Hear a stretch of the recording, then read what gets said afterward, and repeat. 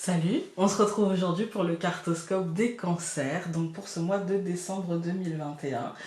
Alors, j'ai décidé de faire une vidéo par signe parce que ce mois de décembre va être pour moi assez dense, assez costaud, hein. Donc je me suis dit que ce serait plutôt pas mal de faire comme ça. On reviendra à la méthode traditionnelle, enfin la méthode que j'ai utilisée cette année pour le mois de janvier, si je le sens plus léger, sinon on refera comme ça. Mais là j'avais envie et besoin de le faire comme ça en fait.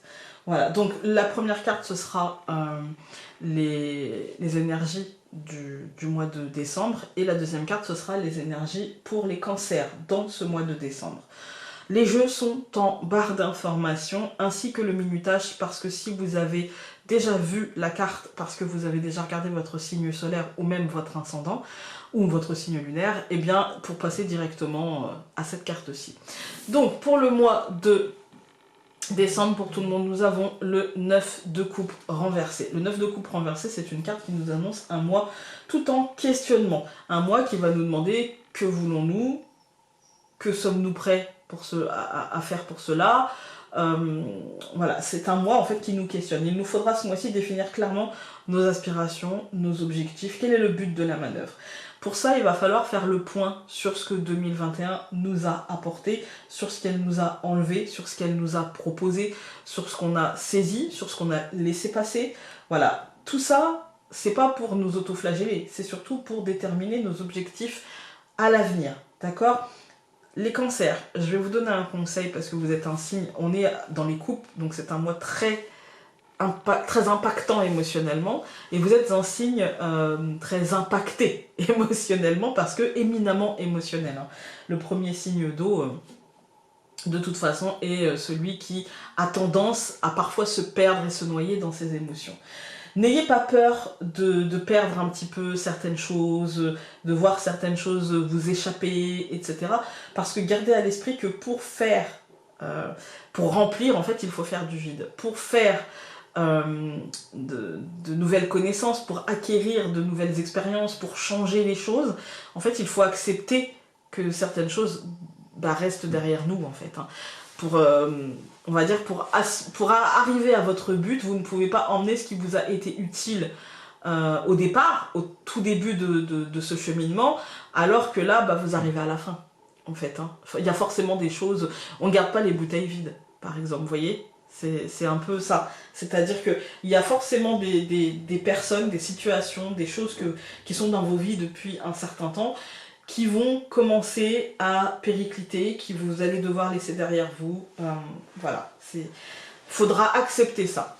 Ensuite, pour vous les cancers, vous avez la carte de la lune. Alors quand j'ai vu la lune pour le cancer, s'il y a une carte qui est liée au cancer, c'est la lune, en fait, hein. Voilà. Donc ce mois, en fait, en combinaison avec le 9 de coupe, pour moi, ce mois me semble un petit peu un moment de brouillard pour vous, un moment où la vue ne semble pas suffisamment dégagée pour permettre de vous positionner avec clarté, vous voyez, pour permettre de vous poser les bonnes questions. Il y a une forme d'illusion, il y a une forme il y a une forme de nervosité émotionnelle, vous voyez, il y a une forme de malaise, il y a un truc qui est pas... comment dire ça ? C'est pas forcément un malaise qui va vous impacter physiquement, mais il y a une forme de refus de voir la réalité et donc de refus de se poser les bonnes questions. Il y a l'idée d'une illusion, en fait, il y a l'idée de vivre dans un rêve, avec le risque très fort de générer après de la frustration, de générer après des situations qui peuvent être électriques, on va dire, hein. Il vous est demandé d'identifier vos peurs et vos faiblesses pour les dépasser. Il vous est demandé d'identifier ce que vous voulez, ce à quoi vous aspirez, en fait, sans vous illusionner, sans vous dire oui, mais bon, là, c'est pas mal, ou sans vous dire, en fait, moi, je serais bien si un tel changeait, si ça devenait comme ça, si machin. Non, en fait, les gens ou les situations ne changent pas. C'est à vous d'aller chercher ce qui vous convient. Si la situation actuelle ou si la personne qu'il y a dans votre vie actuellement ne vous convient pas, en fait, elle ne va pas changer. En fait, personne ne change réellement. On vieillit, on s'affine, on on prend conscience, mais le fond reste là, en fait. Le fond reste là. Vous n'allez pas faire de quelqu'un d'hyperactif, quelqu'un qui va d'un seul coup arrêter toute activité pour rester avec vous assis sur le canapé, ou vice-versa. Vous voyez, c'est pas possible, en fait. Hein. Bref, ne cédez pas à l'idéalisation un petit peu de vos idées, de vos rêveries, vous voyez, ne cédez pas au désir de vivre un conte de fées et du coup, c'est que quand on dort, en fait. Hein. Accrochez-vous plutôt fermement à la réalité. Accrochez-vous plutôt fermement à ce questionnement. Essayez d'aller chercher au fond les bonnes questions. Pour ça, il va falloir aller au très fond de vous-même. Il va falloir aller gratter. Il va falloir faire des efforts. Il va falloir ne pas céder à l'illusion que oui, bon, je me fais pas trop mal, alors du coup, je vais juste regarder à la surface. Non, mais ça a l'air d'aller, là, ça va, là, oui, là, maintenant, ça va, mais demain, en fait, hein, mais demain. Voilà. Quel est votre objectif et de manière réaliste, est-ce que la situation que vous vivez actuellement peut devenir une situation qui vous... en tenant compte de la réalité, pas en tenant compte de ce que vous voulez, d'accord? Pas en tenant compte de, oui, mais alors si on fait ci, si on fait ça, il n'y a qu'un faucon, ouais, mais bon, peut-être qu'en face, ça répondra pas, en fait. Voilà. C'est un questionnement. La lune, elle n'est pas toujours... enfin, je la ressens pas toujours comme ça, mais là, pour moi, elle n'est pas votre alliée. Vraiment, elle n'est pas votre alliée parce qu'elle va exacerber vos émotions, elle va exacerber vos réactions, elle va exacerber votre imagination, et du coup, elle va bloquer finalement la réflexion du 9 de coupe renversé qui vous demande justement de faire du vide, et vous allez, ouais, mais non, mais parce qu'en fait, si je garde, et en fait, peut-être que je peux tout avoir. En fait, peut-être que je peux tout garder, peut-être que... Bah oui, mais vous allez vous alourdir et puis vous frustrer. Donc il n'y a pas de problème, allez-y. Mais voilà, pour moi, c'est vraiment posez-vous les bonnes questions. N'ayez pas peur de vous poser les bonnes questions. Même si ça génère un sentiment d'instabilité, même si ça génère une frustration, même si ça génère des désillusions, c'est pas grave, tout passe. Tout passe. L'important, c'est de comprendre ce qui se joue réellement.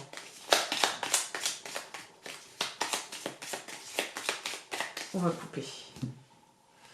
L'étoile et la croix. Ouais, vous voyez, c'est ça. C'est vraiment, pour moi, il y a une fin, il y a quelque chose. Et pour autant, ces deux cartes, en fait, elles nous parlent de solitude. L'étoile, elle nous parle d'une solitude choisie. La croix, elle nous parle surtout d'une solitude subie. Vous voyez, elle nous parle d'effort. Voilà. Il y a l'idée que c'est possible de choisir cette réflexion, de choisir cette indépendance d'esprit, de choisir de s'accrocher aussi à la réalité, de vous prendre les choses de haut pour bien les voir, en fait. Mais il est possible aussi juste de subir et de supporter et de porter sa croix. Vous voyez, c'est un peu des deux. Alors, pour les cancers, encore la croix.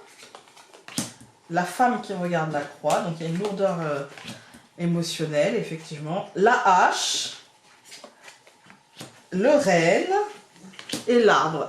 Alors, ce tirage, il est vraiment bien, parce qu'en fait, il nous dit qu'effectivement, la femme regarde la croix. Donc la femme a choisi quelque part la lourdeur, elle a choisi de vivre les choses difficilement, elle a choisi d'avoir peut-être un espoir démesuré sur quelque chose qui est en train de prendre fin, sur quelque chose qui est en train de s'arrêter. Et en même temps, au centre, on a la hache. C'est-à-dire qu'à un moment donné, les choses vont se retourner et il y a des décisions qui vont être posées et des décisions qui iront dans votre sens, parce que tranquillement, hein, mais qui assainiront un petit peu la situation, qui la rendront un petit peu plus concrète, qui la rendront un petit peu plus réaliste, qui la rendront ouais, saine. En fait, hein, saine. Mais pour ça, ça va être un cheminement, ça va être un chemin jusqu'à cette décision qui sera prise pour moi. Ensuite, donc je vais tout recouvrir. Je recouvre la croix par fouettard, donc la verge. Je recouvre la femme par le chalet, la maison. Là, on a deux cartes qui se sont retournées, donc on va les mettre l'une sur l'autre. Je recouvre la hache par la cigogne et la clé. Je recouvre le renne, donc le cavalier, par l'anneau, et je recouvre l'arbre par, encore une fois, la lune. Alors, cette deuxième ligne, elle est pleine d'espoir pour moi, parce que cette deuxième ligne, elle nous dit effectivement, comme là, elle nous apporte des précisions, ça va surtout être du stress, ça va surtout être des émotions liées à l'intériorité, liées au foyer, lié au fort intérieur, un questionnement qui sera difficile, parce que stressant, parce que peut-être que ça va mettre fin à une période assez longue, en fait, qui a été dans notre vie, ou en tout cas assez intense. Et on sent le changement, en fait, qui arrive. Hein. Mais ce changement, ça sera vous. Pour le coup, c'est vous qui allez être acteur de ce changement, en fait. Hein. Vous engager dans ce changement, même si ça va vous générer de l'instabilité émotionnelle, vous allez finalement vous dire, bah, là déjà, je suis pas très stable, là déjà, émotionnellement, c'est compliqué. Donc au final, autant prendre les décisions pour moi, et autant, voilà. Il y a un côté aussi... peut-être se rapprocher des siens, il y a un côté famille, il y a un côté parentalité, il y a un côté maternité dans ce tirage qui est très important en fait, hein, qui est très important. Euh, Après, quand on regarde les colonnes, on a donc la croix et fouettard, on voit que le début de mois va être assez compliqué. On voit que ça va être stressant, que on va justement avoir du mal à se poser des questions, mais qu'elles seront là quand même, et que du coup ça va bien nous faire stresser, et qu'on va être très en intériorité, on va être très... on va avoir besoin de ce refuge, on va avoir besoin de ce cocon, en fait, hein, de ce cocon d'intériorité. Parce qu'on a une décision à prendre, hein. Avec la hache, c'est la faux. On a un truc à trancher, on a un positionnement à avoir, et je pense que vous allez peut-être décider de changer les choses, vous allez peut-être décider d'intégrer du changement, de saisir une opportunité ou de préparer un changement, parce qu'on voit le cavalier et l'anneau, on voit que c'est une décision peut-être sur l'avenir et comment vous voulez que cet avenir se déroule. Et pour moi, il y a l'idée avec l'anneau peut-être d'un contrat, d'un partenariat, d'une signature, il y a l'idée d'un engagement, mais d'un engagement vers autre chose. Avec le renne, on vous emmène vers autre chose. Et pour moi, cette chose peut peut-être vous rapprocher des vôtres, ou peut peut-être vous rapprocher de... Moi j'ai l'impression que ça peut vous rapprocher des vôtres, des parents, des enfants, de la famille, de ceux que vous considérez comme les vôtres, euh, avec un côté, c'est un nouveau cycle qui recommence, vous voyez, avec un côté, parce que quand je vois ces deux cartes-là, je me dis, avec un côté fin, mais commencement, vous voyez, période d'entre-deux comme ça, avant le recommencement, avant le nouveau cycle, en fait. Hein. On va aller regarder avec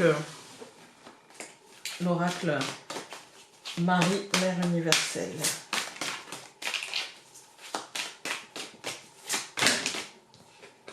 On en a deux, on va les prendre. Hein. Alors, nous avons Notre-Dame qui assure la croissance. Alors, avec le soleil qui s'est ramené, c'est pas toujours...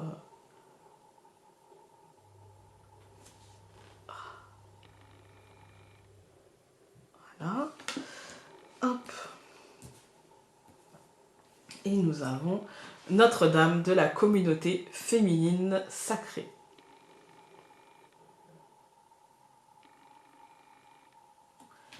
Voilà, voilà.